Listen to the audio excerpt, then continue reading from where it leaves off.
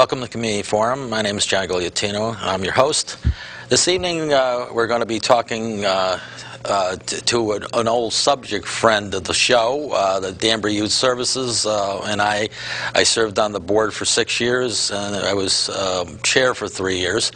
And with me this evening is Joe Arconti. He's the clinical director of Danbury Youth Services. They've got a lot of different things going on. We're following up on some of the latest things that have been going on, let's put it that way. And so welcome again to the show. Thank you, John. And nice to see you again. Pleasure to be here. Yeah, same, to have you here. Give us a little bit about, okay, what is Danbury Youth Services? You know, we don't run basketball camps, even though that might have been done at one point. Yeah, exactly, what is the mission? The mission was established about 40 years ago. Okay, we are a mandated youth and family counseling agency for the city of Danbury. So we have a very special place in terms of lending support to the larger greater Danbury area, especially its youngsters and its families. Our mission, very simply, is to strengthen youth and families. And we do that in a variety of ways. Danbury Youth Services has many programs. It has what I'm in charge of, the Youth and Family Counseling Agency, where we work very closely with kids 5 to 18 years of age and their families. We also service the Danbury schools in many different ways as well. There's some after-school programs called Target, like Gail's program, which is very well received by a lot of schools.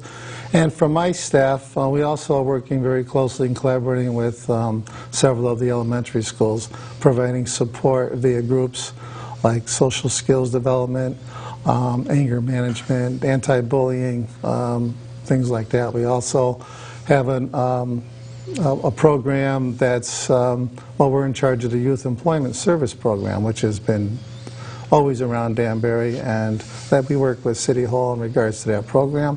And the Earn a Bike, a lot of people know about the Earn a Bike program, and so it's, we have some pretty unique programs that are offered in the community. And they're mainly after-school programs, and they're all youth betterment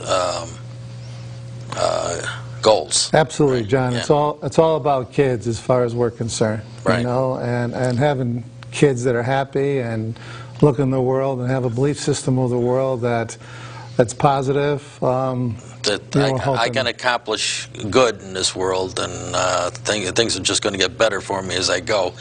A positive expectancy to win, that's what you need to have, as opposed to you know, something where you're constantly thinking about that bully that's you know, bothering you, or things of that nature, right?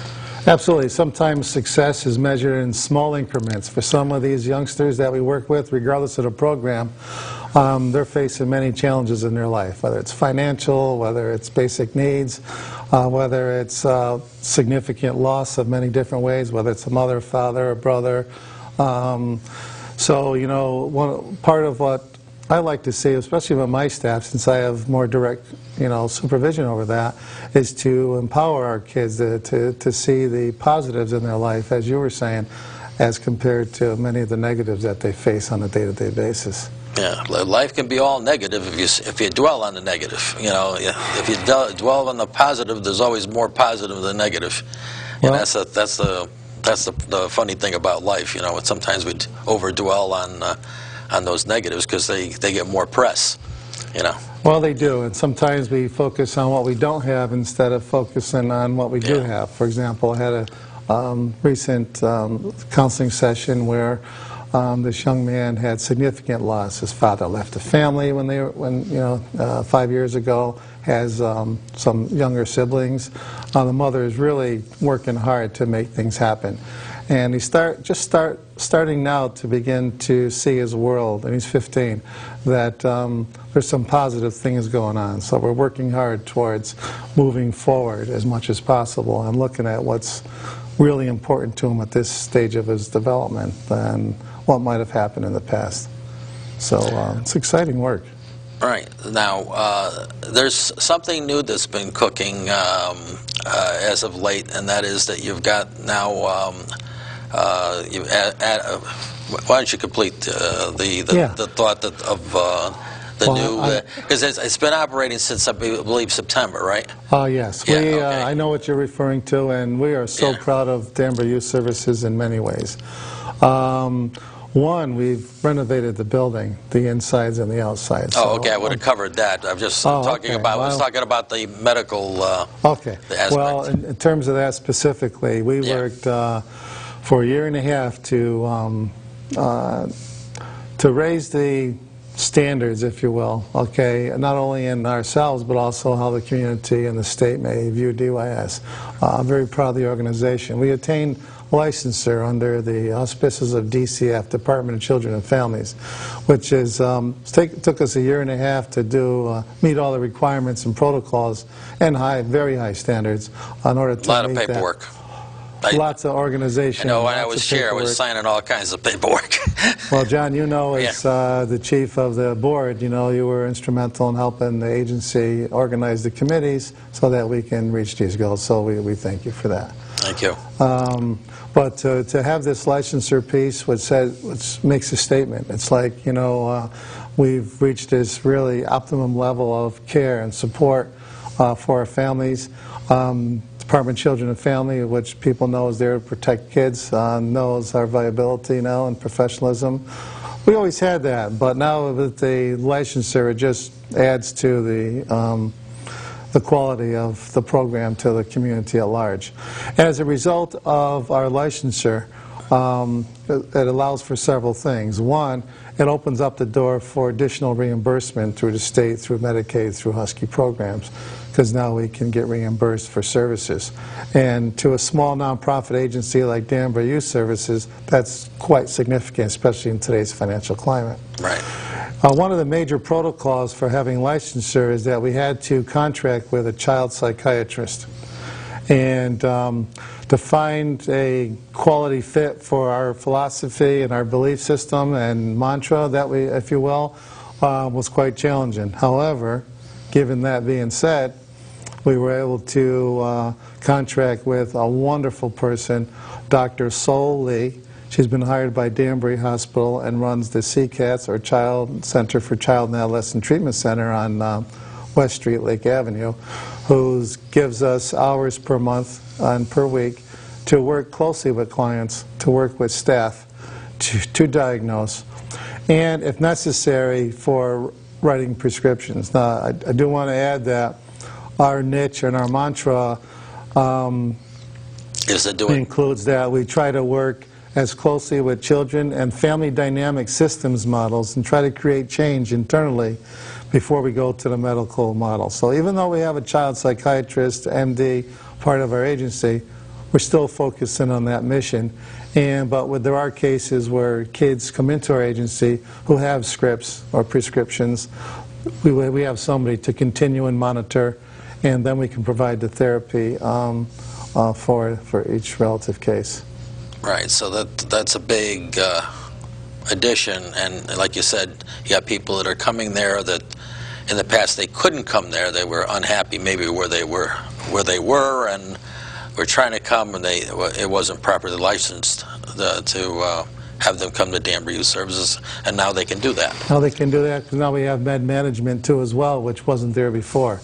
So that opened up the doors for additional clientele, and also for our youngsters who may have more severe issues and more severe diagnoses. Okay, so, and it's also been helpful to us as staff, and to me especially as the clinical director. So now we have someone to go to for support, for second opinions, for consultation, for additional advice. And Dr. Lee, I have to tell you, is one of the most probably non-pretentious, non-arrogant doctor, child psychiatrist I probably run across. She's non-pretentious, works very well with staff and people.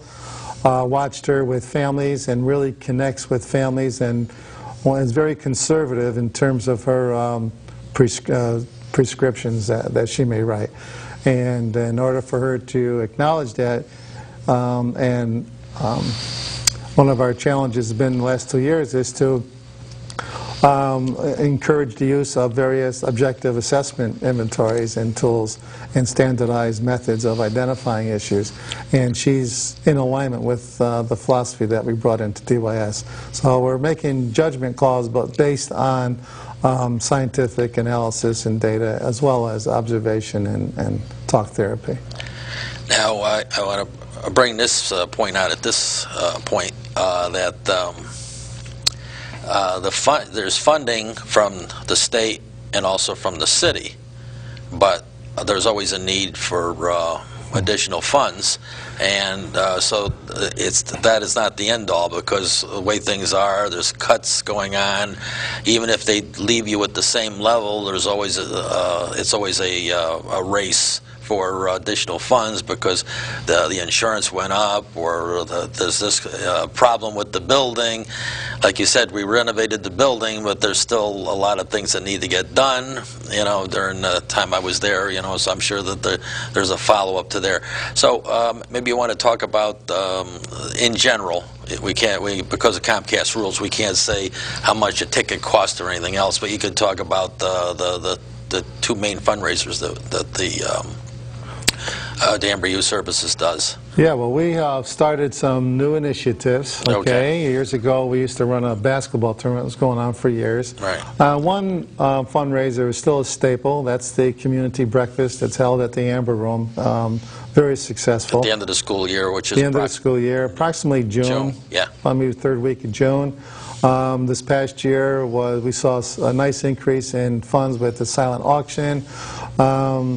I have to mention that our management team of Julie Schmitter and Diane Dolick are been phenomenal with and working with the board. We got a very active board, as you know, and people that are connected, and together collectively able to be creative with the breakfast. Brought in significant additional funds, so that helps out. The other fundraiser we just did in October, it was a to give the exact title. Betrays me at this point, but it's a play, dinner play, murder mystery or something. Murder mystery held at the Matrix Room in Danbury. I couldn't attend, but I heard that much. It was with the dinner and the show and the play and solving the murder. It was there was active participation, and it was exciting. I mean, you can watch people's body language, and they were having fun, and it was just a great night and well received. And we hope to do similar things like that in the future for this year, too, as well. So people should keep their eyes and ears open for the fundraising activities. Now, is there opportunities for people to volunteer?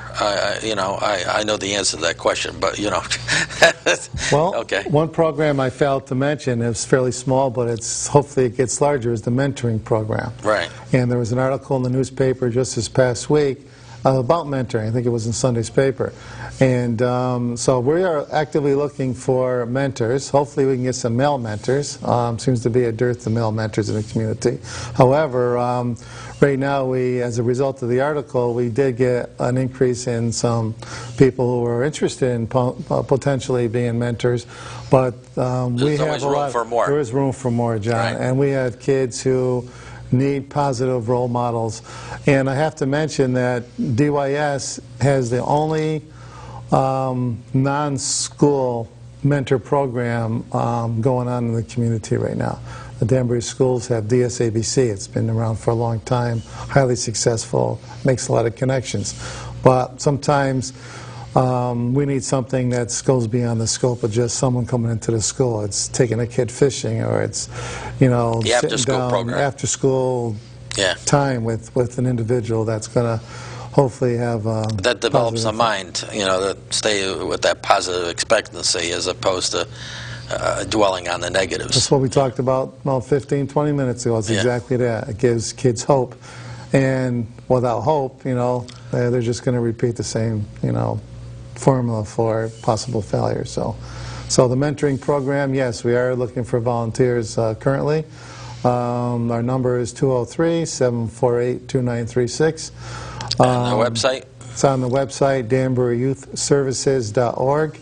Okay, it's kept up to date. It's a wonderful website which explains all our programs, and we encourage anybody who's considering to volunteer, especially in the mentor role, that would be probably the best thing that we could ask for right now. And then the Earn a Bike also has a need for people to help in that aspect. You know, when the kids learn how to fix the bikes, they need a little, you know, in some cases they need adult supervision in going through the process and, you know, and fixing the bikes. And that's part of it too. That's part of it too. That's mentoring. That's developing a partnership with a youngster who's earning this bike. It's called Earn a Bike because kids have been identified by the schools as someone who could use a little bit extra, who maybe has good spatial skills that can fix things, but they have to earn it. And it's that pride and joy of taking something that was rusty or may not have all the parts to it and rebuilding it and cleaning it up so that it's like brand new or close to new, and feeling pride and ownership and empowered that they were able to fix something up and they get to keep it.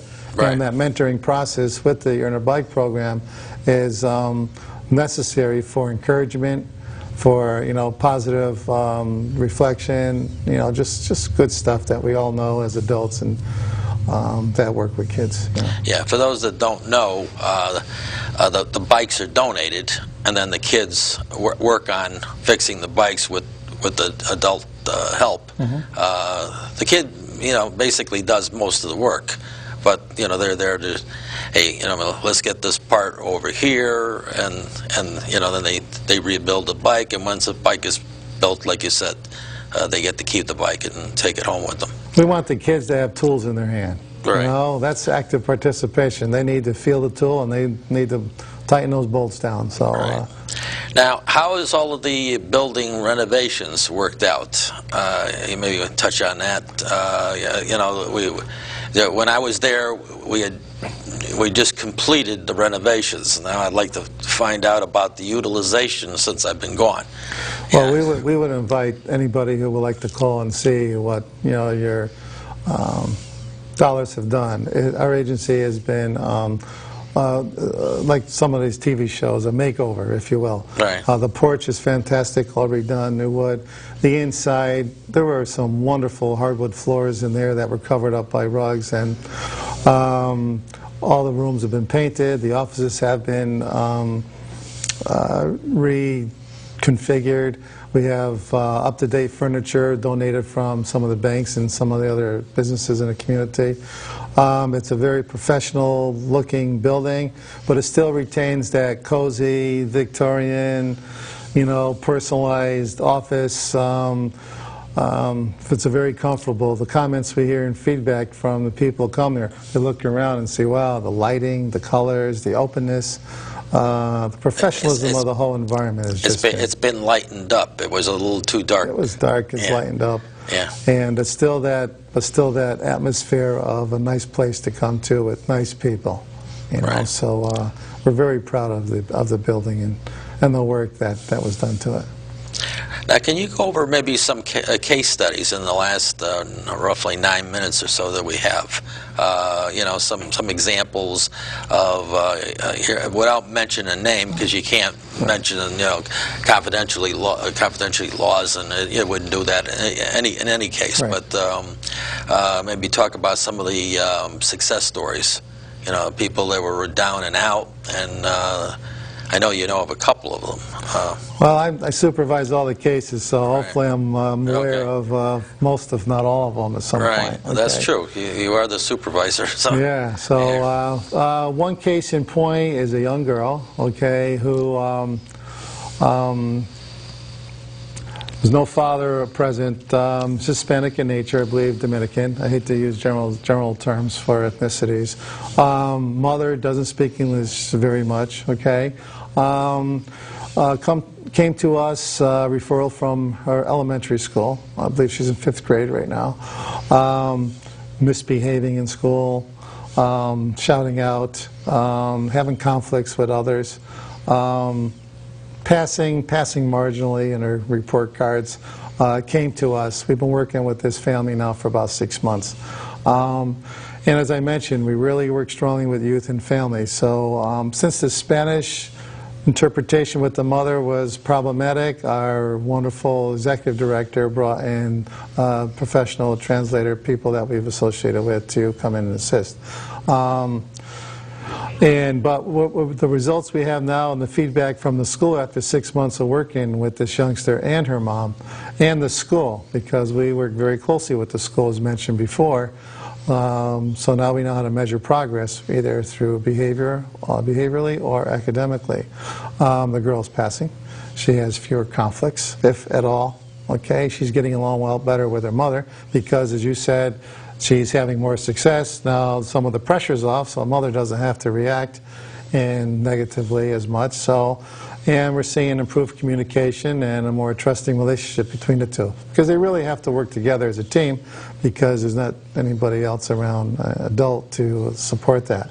So I'm really proud of that case. Another case I just reviewed yesterday, as a matter of fact, or excuse me, on last Thursday, where we use our formative assessments to establish baseline behaviors, and after working using primarily cognitive behavioral therapy with a family systems approach to measure progress several months later, we used the test called the Achenbach. Some school people and psychologists would recognize that. Very comprehensive inventory. There was some areas where some of the diagnoses were in the clinical borderline range. After 3 months, we gave a post-analysis. All those areas were in the normal range at this point due to the professionalism and niceness, if I can use that word, with their counselor at that point in time. So somebody it's that's gratifying. Somebody that's maybe combative or angry or exhibiting antisocial behaviors is now more trusting and more normal. More normal, and that's always a good thing. Of course, normal has its range too as well. Right, that's true. Okay, but for today's discussion, we can just stay with normal. It's a wide range. Right. We all have our own personalities. But the point I like to make is that we use a variety of therapies, we use a variety of assessment pieces to monitor progress and measure progress. Because look, hey, it's like any of us, you know, when we have these results, we can then go back to the client and the family and say, you know, look at the results, you know, and then we ask questions and we empower our families to say, you know, I can very easily question, what have you been doing to make this happen? Now, so when we say that to a youngster, and when they see that success, their whole body language just is full of smiles and self-appreciation and some pride. And then the parents, their body language reflects, obviously, happiness with their youngster. So by really focusing on taking kids at a baseline behavior academically, seeing the progress, giving it back, and empowering the families to see the successes, that just motivates the family to do even more and keep the ball rolling. So that's kind of like our mission. That's how we kind of like do business, you know, to work hard to get that success, even if it's incremental. You know, we could say, well, you know, we're not going from D to A's at this point, but we can go from D's to C's in this quarter, you know. What are you doing to make that happen? It's all about empowering people. You know, it always is. We've had clients that actually have come back. You know, they were patients, and now they've come back and they've helped us as volunteers, right? You know, I'm not going to get specific there either, but it makes a lifetime impression on a person. Hey, I was helped, now I'm back to help, and I don't think that person's current now, but... No, we have that. But what's also good about what you were talking about is that when we have these kinds of successes and measured in different ways, the word of mouth is the best kind of advertising there is. So we will get families calling us because of someone that they knew, even if it's years ago. We're hearing stories of people. I remember going to DYS, you know, and having been educator for 36 years in Danbury, I've you know, referred to Danbury Youth Services and know kids who have referred to and who were referred there, and they remember. And that's the thing about kids, you know, as they get older, they remember the people who had that kind word, who worked with them, who assisted them, who gave them positive regard and unconditional. Who impact them They felt that impact, that this person really helped me when I was down and out, and they remember that, and then they could come back and try to give back. They cared. Yeah. They remember who cared. And I think all of us, no matter what our age, we can go back and look back in school or the community, the neighborhood, the faith or whatever, and you know the people that cared, that helped you guide the way, and our kids do the same. And so the referrals occur largely through word of mouth. People have had success and liked our place.